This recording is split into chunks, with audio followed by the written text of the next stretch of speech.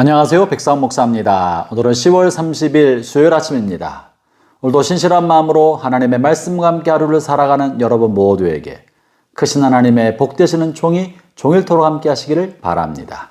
오늘 준 하나님의 말씀은 어제 시편 107편에 이어지는 나머지 내용인데요. 107편 23절부터 43절까지의 말씀입니다.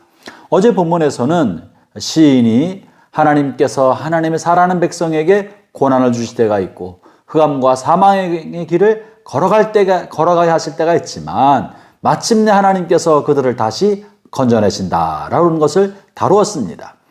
하나님의 백성이 고난의 길, 사망의 음침한 골짜기를 걸어가는 것은 그들의 죄 때문이고 이 죄를 통해 하나님이 그들을 연단하심으로 그를 낮추셔서 더욱더 하나님을 의지하게 하려는 것이지 고난은 우리를 죽음에 이르게 하거나 망하게 하려는 것이 아니라는 이야기를 전해줬던 것이죠. 이제 107편 이어지는 뒷부분에서는 하나님은 우리와 멀리 계시지 아니하시고 우리와 가까이 있으며 우리의 삶의 자리가 바로 하나님의 기적이 일어나는 자리, 하나님이 함께하는 자리라는 사실을 말해줍니다. 때때로 고난과 역경이 다가오지만 하나님은 멀리 계시지 않고 우리가 찾고 부르짖고 기도하면 하나님 우리에게 응답하신다는 내용을 담고 있는데요. 그 중에 23절과 24절을 제가 중심으로 살펴보고자 합니다. 23절, 24절 제가 읽겠습니다. 배들을 바다에 띄우며 큰 물에서 일어난 자는 여호와께서 행하신 일들과 그의 기이한 일들을 깊은 바다에서 보나니. 본문의 내용은 항해하는 선원, 배에서 일하는 이들에 관한 이야기를 하고 있습니다. 당시 유대인들에게는 바다는 두려운 곳이었습니다. 그들은 목축업을 하는 사람들이었기 때문에 배를 타지 아니하고 땅에서 생활해서 바다는 두려움의 대상이었습니다. 그런데 그 중에는 어부들이 있었고 또 배를 띄워서 항해하는 선원들이 있었죠. 이 선원들은 하나님을 어떻게 경험합니까? 그들은 배를 띄우고 배에서 큰 바다에 나가서 배에서 일을 하고 있는 동안에 하나님의 놀라운 일들과 기적을 바로 위험천만한 그 바다 한복판에서 경험한다고 말하고 있는 것입니다. 그리고 본문 아래에 쭉 살펴보면 하나님이 광야에서도 기적이 일어나게 하시고 포도원과 밭에서도 기적이 일어나게 하신다는 이야기가 실려 있습니다. 형제자매 여러분, 하나님은 어디 계십니까? 하나님 바로 여러분이 살아가는 삶의 자리에 계시는 것입니다. 우리가 하나님을 경험하고 하나님의 능력과 기적을 체험하게 되는 것은 특별한 기적의 은사를 받은 어떤 사람들에게 의해서만 일어나는 것은 결코 아닙니다. 하나님의 능력과 하나님의 기적은 굉장한 재능을 가지고 있거나 은사와 능력 있는 소수의 은사 사역자에 의해서만 나타나는 것이 아니고 우리의 삶의 모든 자리가 우리가 살아가는 삶의 현장이야말로 하나님의 기적이 일어나는 자리요 하나님의 능력을 경험할 수 있는 자리라는 것이죠. 형제자매 여러분, 의사는 어디서 기적을 경험합니까? 정성껏 기도하며 환자를 돌보고 수술하고 치유의 과정에 참여할 때 하나님이 생명을 살리시고 회복시키는 기적을 경험합니다.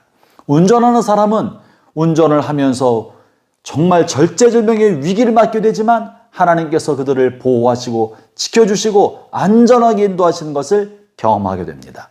장사하는 사람들, 거래하는 사람들, 사업처를 운영하는 사람들은 사업을 하면서 도우시는 하나님, 특별한 사람을 만나게 하셔서 나를 돕는 사람을 만나게 하셔서 어려움과 위기를 풀어주신 하나님의 능력을 체험하게 됩니다.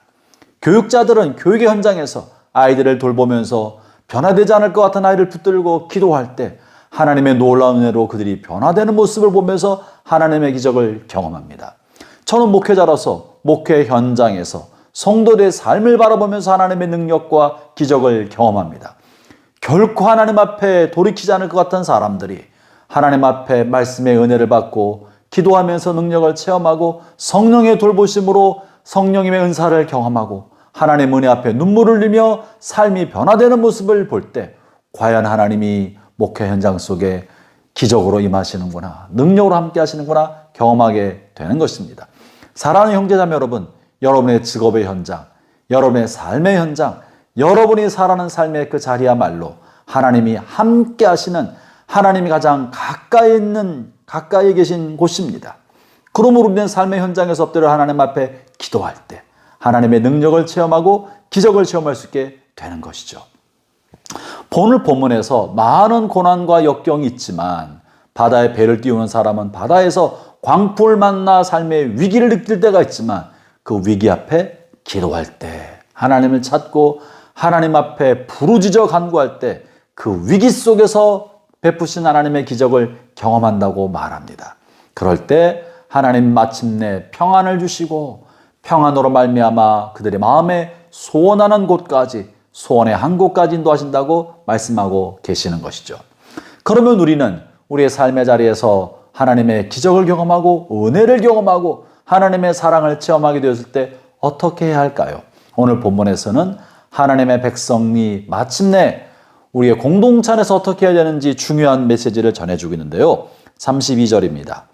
백성의 모임에서 그를 높이며 장로들의 자리에서 그를 찬송할지로다.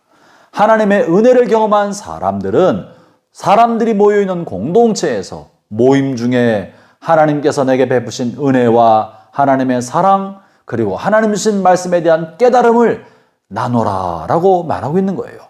간증하라고 하고 있는 것입니다. 어떻게 우리가 하나님의 은혜에 보답할 수 있습니까? 그것은 큰 헌금을 할 때 보답하는 것만이 아니라 하나님이 나에게 이렇게 은혜를 베풀어 주셨습니다. 하나님 나에게 이런 말씀을 주셨습니다. 하나님 나에게 이런 깨달음을 주셨고 내가 이러이러한 어려움과 위기를 지나고 있을 때 내게 이런 것을 해 주셨습니다. 라고 하나님이 하신 일을 간증하는 것이야말로 하나님을 가장 영화롭게 하는 것이고 하나님의 은혜에 보답하는 길이 되는 것입니다. 특별히 본문은 장로들의 자리에서 그를 찬송하라고 말합니다. 사회 지도층이 모여있는 자리, 나의 리더들이 있는 자리, 그 자리 앞에서도 나를 내세우려 하지 말고 나를 높이고 나의 공적을 취하려 하지 말고 하나님의 행하심을 자랑하고 선포하고 그분을 높이라라고 말하고 있는 겁니다. 사랑하는 형제자매 여러분, 여러분의 삶의 자리가 하나님의 기적을 체험하는 기적의 자리입니다. 여러분의 삶의 일상에서 하나님의 은혜를 경험하고 하나님의 사랑을 경험하였다면 사람들이 모인 곳에서 그 하나님의 은혜를 전하십시오. 간증하십시오. 여러분보다 윗사람 있는 곳에서 여러분에게 베푸신 하나님의 은혜를 찬송하시고 높이십시오. 하나님의 영광을 돌리십시오. 그것이 하나님의 백성이 마땅히 행해야 할 길이고 하나님과 동행하는 삶을 살아가는 하나님의 백성이 해야 할 일인 것입니다. 오늘도 하나님의 기적이 여러분의 삶의 자리에 함께 하시기를 바랍니다. 기도하겠습니다. 하나님 아버지 감사합니다. 주님, 우리의 삶의 모든 자리에 주님을 초대합니다.